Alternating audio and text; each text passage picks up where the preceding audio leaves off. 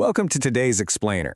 You know, have you ever caught yourself completely frozen over just a tiny, everyday decision? You sit there for hours, debating, analyzing, feeling totally frustrated that your brilliant brain just won't shut off. It's exhausting, isn't it? Well, today we're breaking down a really fascinating piece of source material that explores exactly why this happens, and more importantly, how to conquer it. It usually starts with something massive. Which career should I choose? Suddenly your mind is just racing down a dozen different paths, projecting decades into the future, weighing every conceivable pro and con until you're completely overwhelmed. But then, it quickly bleeds into the everyday stuff, right? You leave a casual conversation and immediately think, wait, did I say the right thing? Did they take that the wrong way? Should I text them to clarify? The mental tension just stacks up layer by layer. And looming behind all of this is the ultimate paralyzer. What if I fail? The fear absolutely grips you, freezing you right in your tracks. Okay, let's dive into this, because the source material actually reveals a remarkably comforting paradox here. This maddening habit of overthinking, it isn't a flaw, it's actually a direct byproduct of high intelligence. Section 1. The Trap of Overthinking and Intelligence. Section 2. The Growing Burden of Possibilities. If you experience this constant mental spinning, I want you to know your experience is completely valid. You see, a powerful brain naturally refuses to see the world in simple black and white. It automatically dissects every single situation from multiple, highly complex angles. It's a clear sign of cognitive strength. But that superior cognitive ability quickly transforms from a useful processing tool into a remarkably heavy mental burden. And this brilliantly illustrates what's happening under the hood. For an average thinker, a situation presents one clear path, one possibility. It's simple, it's straightforward.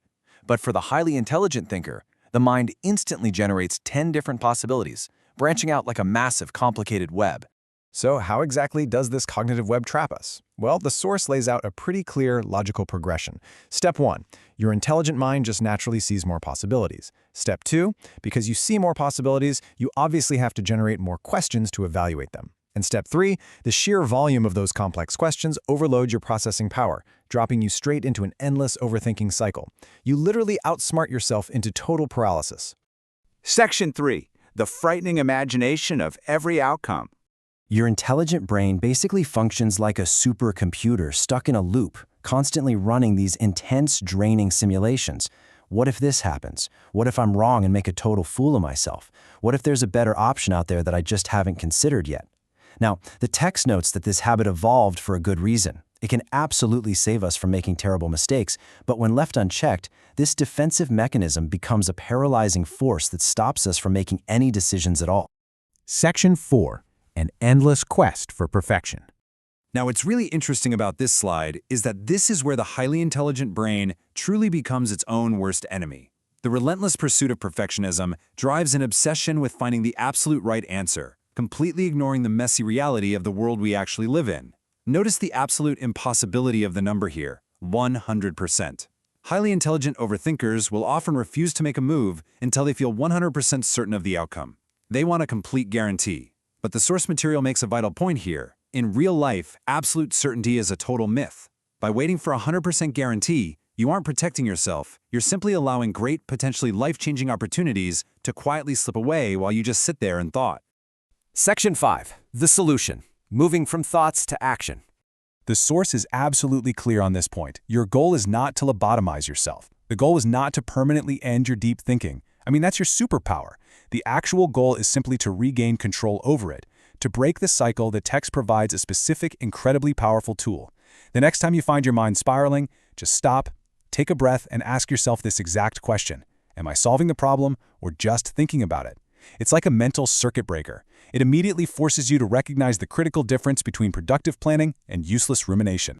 So, the crucial point is the profound contrast we're looking at right now. 1,000 swirling, brilliant, complex thoughts. They feel incredibly important, right? But they achieve absolutely nothing in the physical world. On the flip side, one single action, the grounding, real-world value of a single physical step forward, outweighs 1,000 thoughts every single time. Action is literally the only true antidote to overthinking.